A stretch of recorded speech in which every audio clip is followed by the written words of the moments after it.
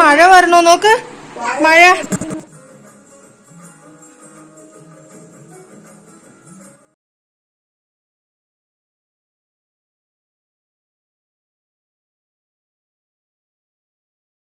Guys, welcome back to my channel. അപ്പം എൻ്റെ കുറുമ്പൻ എൻ്റെ കൂടെ ഉണ്ട്.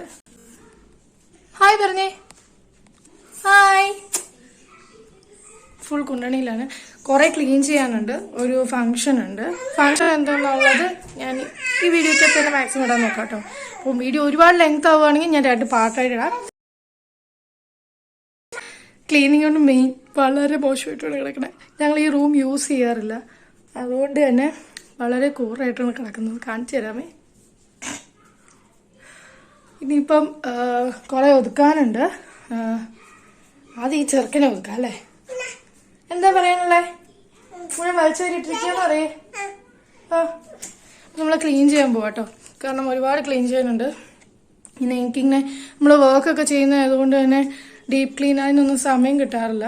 പിന്നെ ആകെ ഒരു സാറ്റർഡേ സൺഡേ ഉള്ളിടത്ത് നമ്മൾ പല കാര്യങ്ങളായിട്ട് ബിസി ആയിപ്പോയിട്ടാണ് കേട്ടോ. എല്ലാ ആഴ്ചയും ചെയ്യില്ലെങ്കിലും അറ്റ്ലീസ്റ്റ് മാസത്തിൽ 2 പ്രാവശ്യം എങ്കിലും ഡീപ്പായിട്ട് ക്ലീൻ ചെയ്യാറുണ്ട്. തുടക്കം നോക്കുകയൊക്കെ ചെയ്യും. പിന്നെ ഇത് കുറേ തുണികളാണ്. ഇത് ഈ വെയിൽ വരുമ്പോഴേ നമുക്ക് തുണി വിരിക്കാൻ പറ്റുള്ളൂ. അപ്പം അതാണ്. അപ്പം വെയിൽ വന്നാൽ മാത്രമേ നമുക്ക് തുണി വിരിക്കാൻ പറ്റുള്ളൂ. അതാണ്. ബക്കറ്റിൽ മുഴുവൻ തുണികളാണ്. അവൻ മടക്കി വെച്ചിരിക്കുന്ന തുണികളാണ്. ഇനി അത് ഓരോന്നിടത്തായിട്ട് ഓരോരുത്തടുത്ത് വെക്കണം അല്ലേ. അപ്പം പിന്നെ ഈ ചെറുക്കനുള്ളത് കൊണ്ട് പകുതി ജോലി വെച്ച് നടക്കുകയുള്ളൂ കേട്ടോ. ഒരു ജോലി ചെയ്തുകൊണ്ടിരിക്കുമ്പോഴായിരിക്കും അവൻ എന്തെങ്കിലും ഒരു കുണണി കാണിക്കുക. അപ്പൊ അതിന്റെ പുറകെ ഓടി പോകുമ്പോഴേക്കും എന്താ ചെയ്തതെന്നും കൂടെ മറന്നുപോകുന്ന അവസ്ഥയിലാണ് ഞാനിപ്പോ നടക്കുന്നത്. മനസ്സിലാവുന്നുണ്ടോ നിനക്ക് വല്ലതും പറയുന്നത്? എന്താ മനസ്സിലായത്? എന്തോന്നു കയറി പറഞ്ഞതല്ല കേട്ടോ, വേറെ എന്തോ പറഞ്ഞതാ.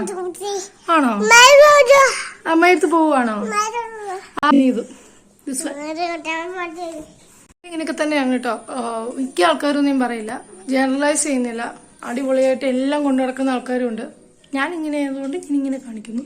കുറച്ച് മാറ്റിയെടുക്കണമെന്നുണ്ട്. അപ്പം ഞാൻ അതിന് വേണ്ടിയിട്ട് ഇവിടെ ഇങ്ങനെ ഇന്ന ദിവസം ഇന്നത് എന്നൊക്കെ പറഞ്ഞ് എഴുതി വെച്ചിട്ടുണ്ടായിരുന്നു. ഡീപ്പ് ക്ലീനിങ് ഒരു ദിവസം ഒരു മുറിയെങ്കിലും ചെയ്യുമെന്ന് പറഞ്ഞിട്ട്. ആക്ച്വലി എനിക്കത് കൺസിസ്റ്റൻ്റ്ലി കൊണ്ടുപോകാൻ പറ്റുന്നില്ല.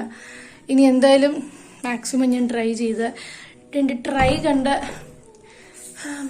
എന്തായാലും ഞാൻ മാക്സിമം കൺസിസ്റ്റൻസിയിൽ കൊണ്ടുപോകാൻ നോക്കാം കേട്ടോ. അതായത് കൺസിസ്റ്റൻസി എന്നുള്ള സാധനം എനിക്ക് ഇച്ചിരി പാടാണ്. അപ്പം എന്തായാലും ക്ലീനിങ്ങിലോട്ട് പോട്ടെ. സംസാരിച്ചുകൊണ്ടെന്ന് കഴിഞ്ഞാലേ സമയം പോകും. ഇത് തന്നെ ഇപ്പം ഞാൻ ലോഗ് ഓഫ് ചെയ്തു. സമയം നോക്കിയാൽ കേട്ടോ. ലോഗ് ഓഫ് ചെയ്തു കണ്ടോ. ലോഗ് ഓഫ് ചെയ്ത് 5:15. ആക്ച്വലി 6 മണി വരെ പണിയുണ്ട്. പിന്നെ ഇന്ന് വർക്ക് വലുതായിട്ടില്ലാത്തതുകൊണ്ട് ഞാൻ നേരത്തെ ലോഗ് ഓഫ് ചെയ്തു കേട്ടോ. ഇനി എൻ്റെ പാക്കറിനെ എന്താ ചെയ്യണേ? ഇതെന്തിനാ ഇതെല്ലായിടത്ത് നിലത്തിട്ടത്? ഇത് കഴുകിയതല്ലേ, എന്തിനാ നിലത്തിട്ടത്? മുകളിലെടുത്ത് വയ്ക്കൂ ബേബി. അതെടുത്ത് നിലത്ത് വയ്ക്കൂ. നിലത്ത് വയ്ക്കൂ. നാളെ എടുത്ത് മുകളിൽ വയ്ക്കൂ. മടക്കി വെച്ചിരുന്നതിനെ വരെ എടുത്ത് നൂത്ത് വെളിയിടുവാണ് ഈ ചെറുക്കൻ. വീട്ടിലെ കുട്ടികളൊക്കെ ഉള്ളപ്പോഴേ എപ്പോഴും വീട് ക്ലീൻ ആയിരിക്കുക എന്നുള്ളത് എല്ലാവരും സ്വപ്നം മാത്രമായിരിക്കും. എപ്പോഴും ക്ലീൻ ചെയ്യാനും ജോലി ചെയ്തു പോകാനും വീട്ടിലെ കാര്യങ്ങൾ നോക്കി എല്ലാം കഴിഞ്ഞിട്ടുണ്ടെങ്കിൽ ക്ലീനിങ് എപ്പോഴും വീട് ക്ലീൻ ആയി തന്നെ ഇരിക്കണമെന്ന് പറഞ്ഞാൽ വളരെ ബുദ്ധിമുട്ടാണ്. ഇനി ഇൻ കേസ് നമ്മളത് ഫോഴ്സ്ഫുള്ളി അത് ചെയ്യാൻ ശ്രമിച്ചാലോ. ക്ലീനിങ് ഇഷ്ടമുള്ളവരുണ്ടാവും, ഇഷ്ടമില്ലാത്തവരുണ്ടാവും, ചെയ്യണം എന്നുള്ളവരുണ്ടാവും, എല്ലാം ഉണ്ടാവും കേട്ടോ. ഞാൻ ജനറലൈസ് ചെയ്ത് തന്നെ പറയുകയാണ്. ക്ലീനിങ് ഇഷ്ടമുള്ളവരാണെങ്കിൽ ഇല്ലെങ്കിലും സമയം എന്നൊരു കാര്യം വേണമല്ലോ.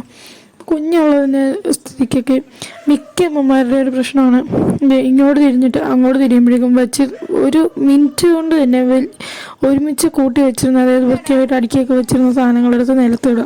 ഇപ്പം തന്നെ അങ്ങനെയുള്ള മടക്കി വെച്ചിരുന്ന തുണി കളിച്ചുകൊണ്ടിരിക്കുകയായിരുന്നു. പക്ഷെ അത് എടുത്ത് താഴെയിട്ടുള്ളതെന്ന് ഓർത്തില്ല. മഴ വരണോ നോക്ക്. മഴ.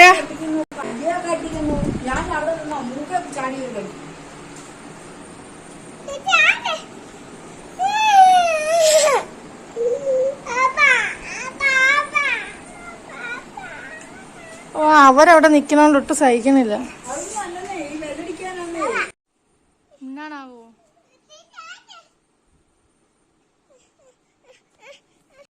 പിള്ളേർ എപ്പോഴും അങ്ങനെയാണ് കേട്ടോ. വളരെ എന്താ പറയുക, എപ്പോഴും അറ്റൻഷൻ വേണം, അവർക്ക് അറ്റൻഡ് ചെയ്തുകൊണ്ടേയിരിക്കണം. ചില സമയത്തൊക്കെ എനിക്ക് ഒരുപാട് ദേഷ്യം വരാറുണ്ട്, ഞാൻ ദേഷ്യപ്പെടാറുണ്ട് കേട്ടോ. അത് കഴിഞ്ഞിട്ട് ഞാൻ ഭയങ്കരമായിട്ട് റിഗ്രറ്റ് ചെയ്യാറുണ്ട്. അതെന്താണ് അങ്ങനെ ഇപ്പോഴാണ് ഒരു കുറച്ച് നാളായിട്ട് ഒരു മേ ബി ലാസ്റ്റ് വീക്ക് അല്ലെങ്കിൽ ദിസ് വീക്ക് ഒരു ഓവുലേഷൻ പീരീഡിൻ്റെ പ്രശ്നം കൊണ്ടാണോ സത്യത്തിൽ ഞാൻ പലപ്പോഴും ഇനി പീരീഡ്സ് ആവാറായോ എന്നൊക്കെ വിചാരിക്കുന്നു. പക്ഷേ പീരീഡ്സിൻ്റെ ഡേറ്റ് തന്നെ അല്ല, ഓവുലേഷൻ്റെ സമയമാകുമ്പോഴും എനിക്കിതുപോലെ ഭയങ്കരമായിട്ട് ചില മാസങ്ങളിൽ മൂടിയാവാറുണ്ട്. എനിക്ക് തോന്നി ഞാൻ ഒരുപാട് മൂടിയായി പോകുന്നുണ്ട്. അപ്പോൾ എനിക്ക് ക്ലീനിങ് അങ്ങനത്തെ പരിപാടികളൊക്കെ ചിലപ്പോൾ ഞാൻ ചില ദിവസങ്ങൾ ഒഴിവാക്കും. എൻ്റെ എല്ലാ കാര്യങ്ങളും ഇപ്പോൾ എന്നും ഇത് ഞാൻ ചെയ്യും എന്നും പറഞ്ഞിട്ടൊരു റുട്ടീൻ, ഒരു ഹാബിറ്റ് കൊണ്ടുവരണം എന്നൊക്കെ എനിക്ക് ആഗ്രഹമുണ്ട്. പക്ഷെ നമ്മുടെ ഇതനുസരിച്ചിട്ട് ഇപ്പോൾ എനിക്കിപ്പോൾ ഇന്ന ജോലി ഇന്ന ദിവസത്തേക്ക് ചെയ്യാൻ പറ്റില്ലെങ്കിൽ ഞാൻ ചെയ്യില്ല. ഫോഴ്സ്ഫുള്ളി എൻ്റെ ബോഡി അത് ഹാബിറ്റ് ആയതുകൊണ്ട് നീ അത് ചെയ്തേ പറ്റൂ എന്ന് പറഞ്ഞാൽ ചെയ്യില്ല. ഇവനിപ്പോൾ ചില ദിവസങ്ങളിൽ ഞാൻ കുളിക്കാറില്ല, എനിക്ക് പറ്റില്ലാത്ത ദിവസങ്ങളാണെങ്കിൽ ഞാൻ കുളിക്കില്ല. അതെനിക്ക് പറയുന്നതിനോട് ഓണസ്റ്റ്ലി സ്പീക്കിംഗ് ആയതുകൊണ്ടാണ് ഞാൻ പറയുന്നത് കേട്ടോ. എന്നാൽ ഇനി പല്ല് തേക്കാറില്ലേ എന്ന് വെച്ചാൽ അങ്ങനെയല്ല കേട്ടോ, പല്ലൊക്കെ തേക്കും, കാരണം ആഹാരമൊക്കെ കഴിക്കണമല്ലേ. ഇന്ന് ജോലി ചെയ്യാറുണ്ടെന്ന് വെച്ചാൽ എനിക്കിപ്പോൾ പറ്റില്ല, എനിക്കിപ്പോൾ ഒരു വയ്യായ്മയുണ്ട്, എനിക്കിത് വർക്കുള്ള ദിവസമാണെന്നുണ്ടെങ്കിൽ ഞാൻ ലീവ് എടുക്കും. വർക്കില്ല വലിയ അഡ്ജസ്റ്റ് ചെയ്ത് പോകാൻ പറ്റാത്ത ദിവസങ്ങളാണെങ്കിൽ ഞാൻ ലീവ് എടുക്കില്ല. പിന്നെ ഏറ്റവും അതെന്ന് പറഞ്ഞാൽ എനിക്ക് ഏറ്റവും എന്താ പറയുക, ഇഷ്ടമുള്ളൊരു കാര്യം ചെയ്യും ഞാൻ. എന്തെങ്കിലും ഇഷ്ടമുള്ളൊരു കാര്യം, നമുക്ക് എപ്പോഴും എല്ലാം ഒരുപോലെ ഓടിക്കൊണ്ടിരിക്കണം എന്ന് നിർബന്ധമില്ല. ഇപ്പം ഞാൻ എപ്പോഴും ഒരു ചേഞ്ച് എൻ്റെ ലൈഫിൽ എപ്പോഴും ഗ്രോ ചെയ്യാൻ വേണ്ടിയിട്ട് എന്തെങ്കിലും ഒരു കാര്യം ആഗ്രഹിച്ചുകൊണ്ടിരിക്കുന്ന ആളാണ് ഞാൻ. 10th പഠിച്ചിരുന്ന സമയത്ത് എൻ്റെ ആഗ്രഹമായിരുന്നു നല്ല ടീച്ചറാവണമെന്ന്. 12th എത്തിക്കഴിഞ്ഞപ്പോഴേക്കും മാർക്കൊക്കെ കിട്ടിക്കഴിഞ്ഞപ്പോഴേക്കും ടീച്ചിങ് പ്രൊഫഷനോട് ബൈ. അതിലൊക്കെ മുന്നേ എത്താൻ പോലും പറ്റാത്ത ആഗ്രഹമായിരുന്നു കേട്ടോ. ആസ്ട്രോനോട്ട് ആവണമെന്നൊക്കെയായിരുന്നു ആഗ്രഹം. കാരണം കൽപ്പന ചൗളയുടെയൊക്കെ ബുക്കൊക്കെ വായിക്കുമ്പോൾ നമ്മളിങ്ങനെ ഭയങ്കര അടിപൊളിയാണെന്നാണല്ലോ നമ്മുടെയൊക്കെ ഒരു വിചാരം. അത് കഴിഞ്ഞ് 12th കഴിഞ്ഞിട്ട് ഞാൻ എൻജിനീയറിങ് എന്നും പറഞ്ഞ് ജീവനോടെ നടന്നിട്ട് എല്ലാം ഒന്നാണേ വേണ്ടേ എന്ന് പറഞ്ഞു. എനിക്കറിയാം ഞാനൊന്നും പഠിക്കില്ലായിരുന്നു. 10th വരെ നന്നായിട്ട് പഠിച്ചു, +1 +2 ഒന്നും ഉഴപ്പി. അത് കഴിഞ്ഞ് അതുകൊണ്ട് തന്നെ ഡിഗ്രിക്ക് എങ്ങനെയൊക്കെയോ നന്നായിട്ട് തന്നെ മാർക്ക് മേടിച്ചും പാസ്സായി കേട്ടോ. ഡിഗ്രി എടുത്തത് ലിറ്ററേച്ചറായിരുന്നു, ഇംഗ്ലീഷ് ലിറ്ററേച്ചറായിരുന്നു. അന്നത് ഭയങ്കര സ്കോപ്പാന്ന് പറഞ്ഞെടുത്തു. എൻ്റെ ഏറ്റവും വലിയ ആഗ്രഹം +2 കഴിഞ്ഞപ്പോൾ തൊട്ടൊരാഗ്രഹം കയ്യിൽ കാശുണ്ടാവണം, നല്ലൊരു ജോലി ഉണ്ടാവണം എന്നുള്ളത്. പക്ഷേ ഡിഗ്രി കഴിഞ്ഞിട്ട് 7 വർഷത്തോളം കഴിഞ്ഞിട്ടാണ് കേട്ടോ എനിക്ക് ജോലി കിട്ടിയത്. പക്ഷെ ഞാൻ അതിൽ തന്നെ ഭയങ്കര ഹാപ്പിയാണ്. നമുക്ക് ഉള്ള കാര്യത്തിൽ നമ്മൾ ഹാപ്പി ആയിരിക്കുന്നതല്ലേ എപ്പോഴും നല്ലത്. ആദ്യമൊക്കെ എനിക്ക് ഭയങ്കര വിഷമം തോന്നുമായിരുന്നു. പല ഇതിനും ഞാൻ ഒരുപാട് കഷ്ടപ്പെട്ട് 4-5 വർഷം ജോലിക്ക് വേണ്ടി കഷ്ടപ്പെട്ടിട്ടുണ്ടായിരുന്നു. കോച്ചിങ്ങിനൊക്കെ പോയി, കിട്ടിയില്ല. അന്നൊക്കെ എനിക്ക് ഒരുപാട് വിഷമമാകുമായിരുന്നു. എനിക്ക് എപ്പോഴും ഓർമ്മയുണ്ട്, എൻ്റെ അമ്മയും അച്ഛനും കൂടെ എൻ്റെ ഒരു ബർത്ത്ഡേക്ക്, സാധാരണ പണ്ട് കുഞ്ഞായിരുന്ന സമയത്തായിരുന്നു കേട്ടോ ബർത്ത്ഡേ ഗ്രാൻഡായിട്ടൊക്കെ ആഘോഷിക്കുന്നത്. പക്ഷേ എന്താ പറയുക, പിന്നെ അന്നാണ് എനിക്ക് തോന്നുന്നു 22ാമത്തെ ബർത്ത്ഡേ എന്തായിരുന്നു അത്, എല്ലാവരും വിളിച്ച് ആഘോഷമായിട്ട് എത്രയോ നാൾക്ക് ശേഷം നടത്തിയൊരു ബർത്ത്ഡേ ആയിരുന്നു അത്. എല്ലാ വർഷവും കേക്കൊക്കെ മേടിക്കും കേട്ടോ, അതെല്ലാന്ന് ഞാൻ പറയില്ല. പക്ഷെ ഗ്രാൻഡായിട്ട് അമ്മ എന്നെ കുക്ക് ചെയ്ത് എല്ലാവരും കോൾ ചെയ്ത്. കാരണം അതുപോലെ വളരെ സാഡായി. ഡിപ്രഷനാണോ എന്നൊക്കെ ചോദിച്ചാൽ ഈ എല്ലാവരും പറയുന്ന ഡിപ്രഷനല്ല. ഞാനിപ്പം PG ഒക്കെ എടുത്ത ആളാണ്, സൈക്കോളജിയിലായിരുന്നു. അതുകൊണ്ട് എനിക്കിപ്പോൾ അറിയാം ഡിപ്രഷൻ എന്നുള്ള വാക്കിൻ്റെ അർത്ഥം എന്താണെന്ന് കേട്ടോ. അപ്പോൾ ഡിപ്രഷൻ ആണോ എന്ന് ചോദിച്ചാൽ അന്ന് ആയിരുന്നു, ക്ലിനിക്കൽ ഡിപ്രഷൻ തന്നെയായിരുന്നു. ഡയഗ്നോസ് ചെയ്യാനായിട്ട് നമ്മൾ തെറാപ്പിക്കൊന്നും പോയില്ല എന്ന് മാത്രം കേട്ടോ. അങ്ങനെ ഇതെല്ലാം കഴിഞ്ഞ് ഇങ്ങനെ കാലം മാറി വന്നപ്പോഴാണ് ലോക്ക്ഡൗൺ വന്ന്. ലോക്ക്ഡൗണിൻ്റെ കൂടെ കല്യാണവും വന്നു. അന്ന് ഒരുപാട് പേര് കല്യാണം കഴിഞ്ഞ് പോയെന്ന് തോന്നുന്നു. അതൊരു ലോക്ക്ഡൗൺ വന്നപ്പോഴേക്കും അങ്ങനെ കല്യാണം കഴിഞ്ഞു കേട്ടോ. അതോടെ എൻ്റെ ജീവിതം പിന്നെ എന്താ ട്വിസ്റ്റ് ഒരു മൈൽ സ്റ്റോൺ അല്ലേ കല്യാണം എന്ന് പറഞ്ഞാൽ.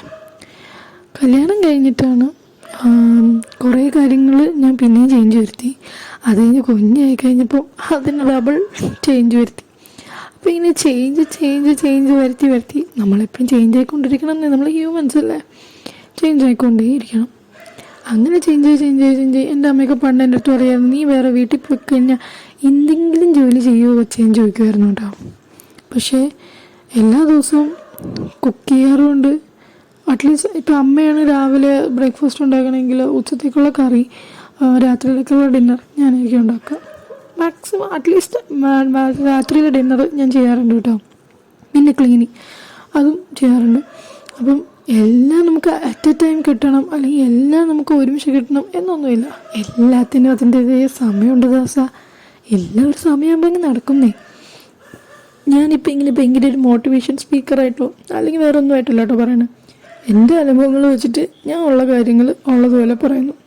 പണ്ടൊക്കെ ഞാൻ ഒരുപാട് വിഷമിച്ചിട്ടുണ്ട്, എനിക്ക് മാത്രം എന്തുകൊണ്ട് ജോലി കിട്ടിയില്ല. എൻ്റെ കൂട്ടുകാർക്ക് എല്ലാം ജോലി കിട്ടി, എൻ്റെ കൂടെ പഠിച്ച സകലമായ ആൾക്കാർക്കൊന്നും ജോലി കിട്ടിയിട്ടോ.